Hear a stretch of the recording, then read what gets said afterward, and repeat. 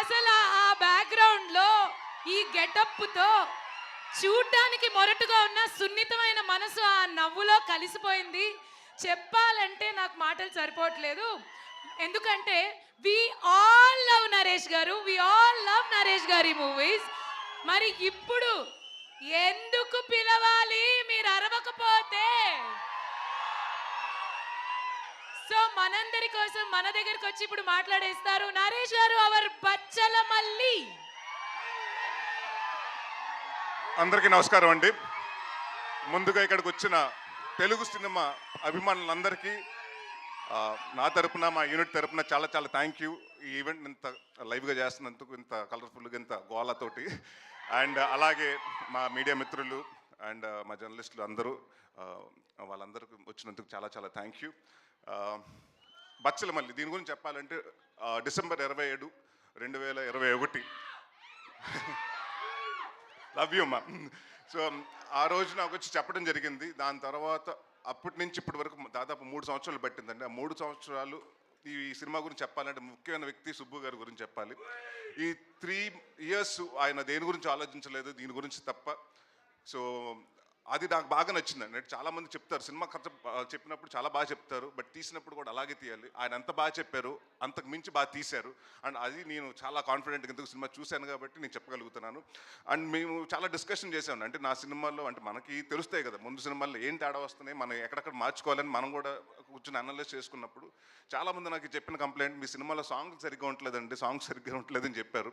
So మీ ఇద్దరు first కూర్చుని అదే ఏమంటే చాలా రోజుల తర్వాత మనం వస్తున్నాం, ఒక సాంగ్స్ బాగుండాలండి, ముందు సాంగ్స్ ఇంపాక్ట్ చేయాలి. This is been the complaint I been hearing. అంటే ఆయన విశాల్ గారు దాదాపు 6 నెలల ముందు నుంచే, సినిమా స్టార్ట్ అవ్వకుండా 6 నెలల ముందు నుంచే కూర్చుని అన్ని సాంగ్స్ కంప్లీట్ చేశారు. సో ఆయనకి అలాగే విశాల్ చంద్రశేఖర్ గారికి చాలా చాలా థ్యాంక్ యూ. చాలా కష్టపడి చాలా ఇష్టపడి చేశారు సినిమా. అండ్ అందరూ అండి, ఇట్స్ నాట్ వన్ పర్సన్. అంటే జనరల్గా ఏమంటారంటే సినిమా బాగుందంటే వాళ్ళ లక్కో లేకపోతే ఇంకోటో అని కాదండి. ఇక్కడ అందరూ టీమ్ ఎఫర్ట్. రిచర్డ్ ప్రసాద్ గారు కెమెరామెన్ గారు అలాగే ఉంటుంది, కెమెరా వర్క్. మా చోట ప్రసాద్ గారు ఆర్ట్ డైరెక్టర్, మన ఎడిటింగ్ అలాగే ఉంటుంది. మా బ్రహ్మకడ్లి గారు ఆర్ట్ డైరెక్టర్, ఆయన వర్క్. అంటే ఇట్స్ లైక్ అందరూ 24 క్రాఫ్ట్స్ కలిస్తేనే సినిమా. సో ఈ సినిమాకి నేను కాన్ఫిడెంట్గా చెప్పగలుగుతాను. అంటే రేపు సినిమా చూసిన తర్వాత కూడా చెప్తారు, ప్రతి ఆర్టిస్ట్ గురించి మాట్లాడతారు, ప్రతి టెక్నీషియన్స్ గురించి మాట్లాడతారు. ప్రసాద్ బెహ్రా ఇంకా ఇలాగే నువ్వు ఇప్పుడు ఏ అరుపులు వస్తున్నాయో, నువ్వు స్క్రీన్ మీద వస్తుంటే థియేటర్లో రేపు ఇలాగ అరుపులు రావాలని కోరుకుంటున్నాను. And one of the finest actor అండి. అండ్ చాలా సటిల్గా చేస్తాడు, చాలా and one of the good writer also. And నేను కూడా నిన్ను ఒక నెక్స్ట్ వెన్నెల కిషోర్ లాగో, లేకపోతే ఒక సత్య లాగో, వైవహర్ష లాగో ఒక పెద్ద స్థాయిలో చూడాలి. అండ్ డెఫినెట్గా ఐ నో 1-2 yearsలో నువ్వు డెఫినెట్గా మాకు కూడా డేట్లు ఇవ్వు, ఆ స్థాయికి బిజీ అవ్వాలని కోరుకుంటున్నాను. అండ్ మా మధు గారు ప్రతి చోట అంటే దేవుడు వరం ఇచ్చిన పూజ వరం లేనట్టు ఈయన డైరెక్టర్ ఓకే అన్నా కూడా ఈయన వెనకాల నుంచి మానిటర్ వెనకాల నుంచి ఇలాగ అంటుంటాడు. థర్డ్ ఎంపైర్ డిసిషన్ లాగా మేము ఆయన కోసం చూస్తూ ఉండాలి ఏం జరుగుతుందని. సో ప్రతిదీ అంటే ఆయనకి అంత పర్ఫెక్ట్గా ఉండకపోతే ఆయన ఒప్పుకోడు. సో ఎప్పుడు అదే చెప్పారు కదండి, అంటే పెగ్గు కాడి నుంచి అన్నింటిలో ఆయన చాలా దగ్గరగా పాత్ర చాలా పోషించారు. సో థ్యాంక్ యూ అండి.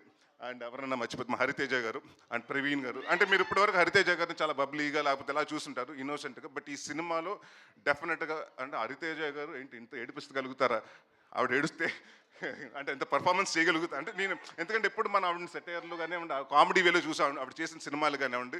సో ఈ సినిమాలో ప్రతి యాక్ట్ చేసిన అమృత గారు కానీ నుంచి ప్రతి ఒక్కరు, ప్రతి ఆర్టిస్ట్కి అందరికీ చాలా మంచి పేరు వస్తుందని. అండ్ డెఫినెట్గా ఇది నా కెరియర్లో కొన్ని సినిమాలు ఉంటాయి, గమ్యం లాగా, అలాంటి నాంది లాగా.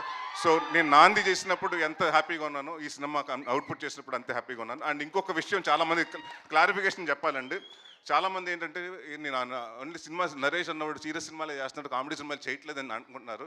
నేను మీ అందరికీ మాటిస్తున్నాను, అది అపో తీసేయండి మైండ్లోంచి. నేను కంటెంట్ ఉన్న సినిమా చేస్తాను, కామెడీ సినిమాలే చేస్తాను. ఈ 2 సినిమాలు తప్ప వేరే సినిమాలు చేయను. So thank you so much. December 20వ తారీఖుని మీ ముందుకు వస్తుంది. సో ఇదే ఆదరణ ఆ రోజు థియేటర్లో కూడా ఉంటుందని. Thank you very much. Yes sir, thank you so much. Wishing you all the very best Naresh garu and requesting everybody